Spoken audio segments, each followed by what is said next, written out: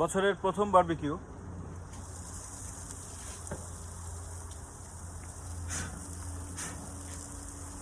আমাদের বাগান বাড়িতে। এখানে শুধু বারবিকিউ না, এর সঙ্গে চমৎকার একটা অ্যাটমসফিয়ার।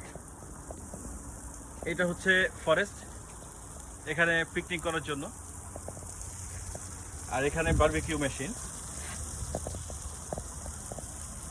1 2 3টা। আর বসে এনজয় করার মতো চেয়ার, টেবিল। এই বছর শেষ বারবিকিউ করছি, বাসায় গেস্ট আসবে, ইনশাল্লাহ দাওয়াত রইল। ভালো থাকবেন, ধন্যবাদ।